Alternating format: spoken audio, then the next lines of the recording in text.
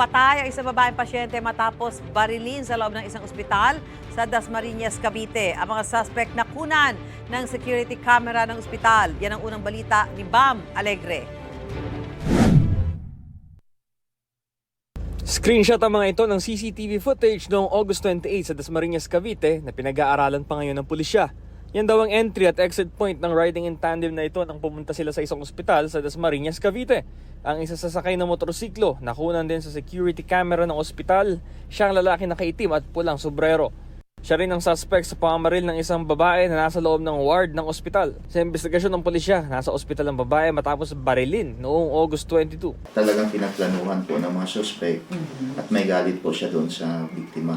Ang biktima kasi is dating nagbibigay ng impormasyon to sa ating mga otoridad pagdating sa mga illegal activities sa kanilang barangay. Tatlong iba pa ang sugatan sa shooting incident sa loob ng ospital. Ang nanay ng babaeng binaril, ang security guard na tinamaan sa braso, pati ang isang babae na natamaan ng bullet shrapnel sa paa. At large pa rin ngayon ang suspect. Arestado naman ang isa niyang kasabwat na nagsilbi raw lookout sa pamamaril.